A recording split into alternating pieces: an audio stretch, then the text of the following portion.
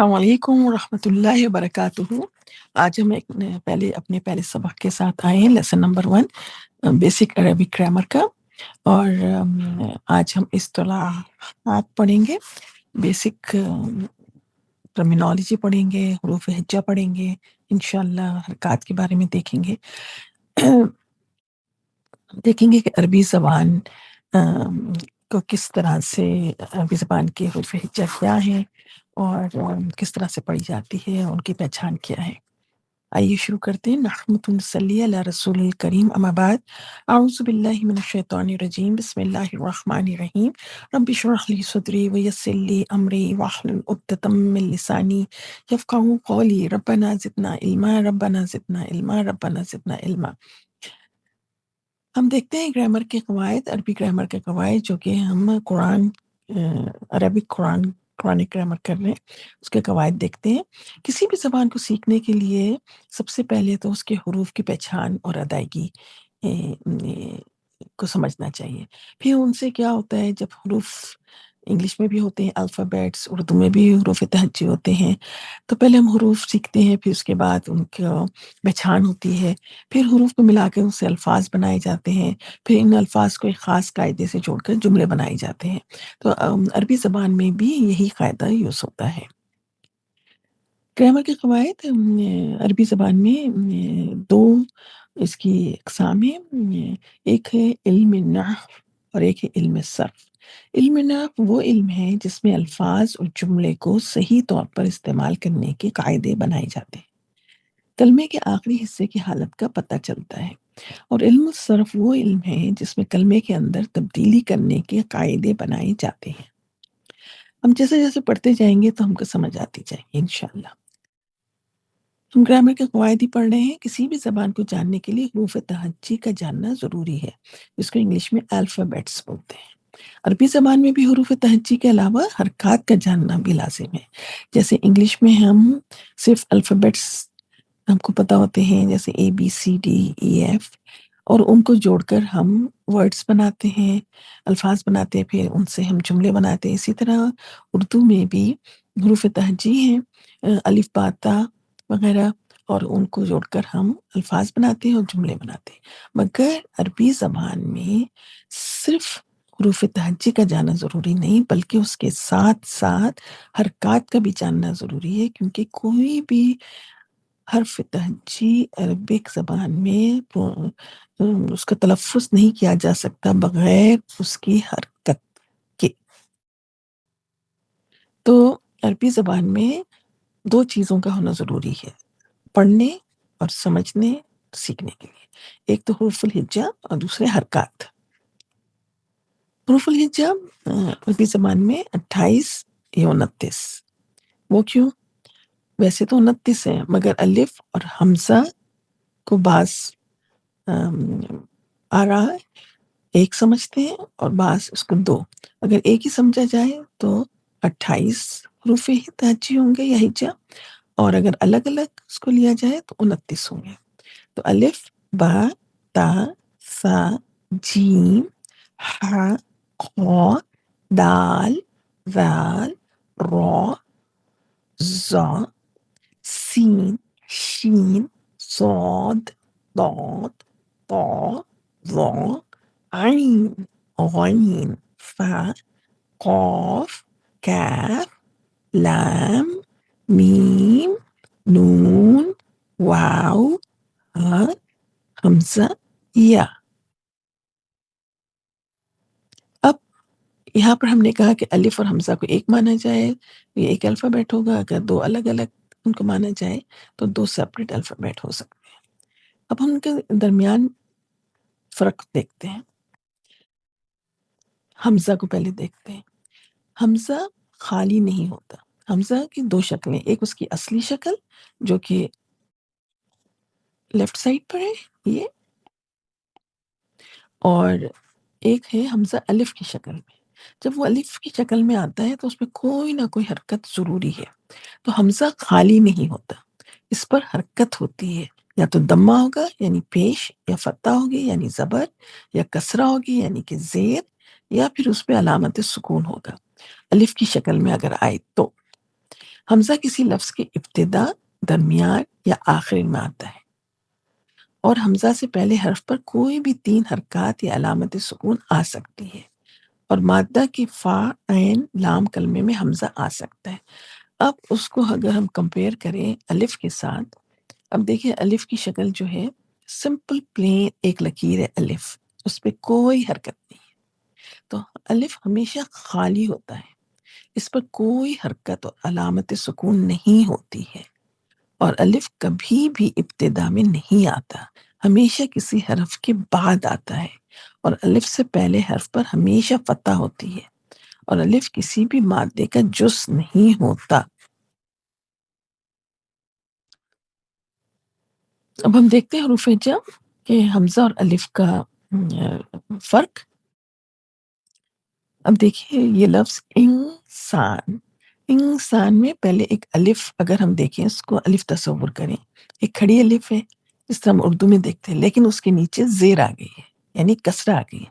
اب یہ الف نہیں کہلائے گا بلکہ یہ حمزہ کہلائے گا، کیونکہ الف کے اوپر کوئی حرکت نہیں ہوتی، اگر کوئی بھی حرکت آ جائے، چاہے پیش، چاہے زبر، چاہے زیر یا سکون کی علامت، تو وہ حمزہ کہلائے گا۔ تو یہ حمزہ ہے، الف کے نیچے جو زیر آئی ہے وہ حمزہ ہے۔ پھر اس کے بعد دیکھیں نون ہے، پھر سین ہے، پھر اس کے بعد پھر الف آئے۔ اب یہ الف جو ہے اس پہ کوئی حرکت نہیں ہے، اور تو یہ الف ہے، پہلا والا حمزہ ہے اور دوسرا والا الف ہے۔ اب ہم حرکات کو دیکھتے ہیں، یا علامات، یا تو پیش کی شکل میں آئے گا، اس کو عربک لینگویج زبان میں دمہ کہتے ہیں، اور ہم بعد میں پڑھیں گے کہ اس کی وہ نشاندہی کرتا ہے رفعی حالت کو۔ پھر زبر ہے، جو کہ اردو میں ہم اس کو زبر کہتے ہیں اور عربی میں ہم اس کو فتح کہتے ہیں، اور یہ نصبی حالت دیتا ہے۔ اور زیر ہے، اس کو عربی میں کسرہ بولتے ہیں، یہ جری حالت دیتا ہے، اعرابی حالت کو۔ جب ہم آگے آگے چلتے جائیں گے اپنے سبق میں تو ہم اس کو پہچانیں گے، لیکن ابھی صرف اتنا جاننا ضروری ہے کہ پیش کو عربی زبان میں دمہ کہتے ہیں، زبر کو فتح کہتے ہیں، زیر کو کسرہ کہتے ہیں، اور سکون کی جو علامت ہوتی ہے اس کو جزم کہتے ہیں۔ اس کے بعد ہم دیکھتے ہیں کہ تنوین ہوتی ہے جس میں 2 پیش، اس کو عربی زبان میں ہم کہیں گے دمتان، دو تسنیہ کا صیغہ ہوتا ہے، اس کو دمتان کہیں گے، دمہ 1، دمتان 2۔ تنوین پھر دیکھتے ہیں 2 زبر کی شکل میں بھی آ سکتی ہے، ایک اگر زبر ہو تو ہم اس کو فتح کہتے ہیں، اور اگر 2 ہو تو فتح تان کہیں گے۔ تنوین زیر کی شکل میں بھی آ سکتی ہے، تو 2 زیر، ایک زیر ہوگا تو کسرہ، 2 ہوں گے تو کسرتان۔ اور شدہ بھی آ سکتا ہے، شدے کا مطلب کیا ہوتا ہے، ایک ہی حرف 2 دفعہ آ گیا، تو اس میں کیا ہوتا ہے، جو پہلا والا حرف ہوتا ہے، جیسے شدہ میں ہی دیکھ لیں، دال 2 دفعہ ہے، دال کے اوپر شدہ آیا ہوا ہے، تو پہلی دال سکون ہوگی اور دوسری دال پہ وہی حرکت ہوگی جو اس کے اوپر ہے، یہاں پر فتح ہے تو فتح ہوگی۔ تو حروف کی اقسام متحرک ہو سکتے ہیں، یعنی کہ اگر دمہ ہوگا تو اس کو مضموم کہیں گے، اگر فتح ہوگا تو اس کو مفتوح کہیں گے، اگر کسرہ ہوگا تو اس کو مکسور کہیں گے، اگر سکون ہوگا تو اس کو ساکن کہیں گے، اگر شدہ ہوگا اس پر تو مشدد کہیں گے، اگر تنوین ہوگی تو وہ منون کہلائے گا، اگر 2 پیش ہو یا 2 دمہ ہو تو وہ دمتان ہوگا، 2 فتح ہو تو وہ فتتان ہوگا، اگر 2 کسرہ ہو تو وہ کسرتان ہوگا۔ حرکات اور علامات کی کیا اہمیت ہے عربی زبان میں؟ بہت بڑی اہمیت ہے، اس کو سمجھنا بہت اہمیت رکھتا ہے۔ اگر ہم حرکات بدل دیں، یہ حرکات کی کمی بیشی کریں تو حرف ہی بدل جائے گا۔ ابھی جیسا میں نے عرض کیا، اگر کھڑی الف، ایک الف ہے جس کی الف کی شکل ہے، اگر اس کے اوپر زبر آ جائے یا زیر آ جائے یا پیش آ جائے تو وہ الف نہیں کہلائے گا بلکہ حمزہ کہلائے گا، اور اگر الف کی شکل خالی ہے تو وہ الف ہوگا۔ معنی بھی بدل جائے گی، آواز بھی بدل سکتی ہے، اور لفظ کی حالت بھی بدل جائے گی۔ اب ایک ایک کر کے ہم دیکھتے ہیں، حرف بدل جائے گا، یا تو حمزہ ہوگا یا الف ہوگا۔ جیسا میں نے عرض کیا، اگر الف کی شکل پر کوئی بھی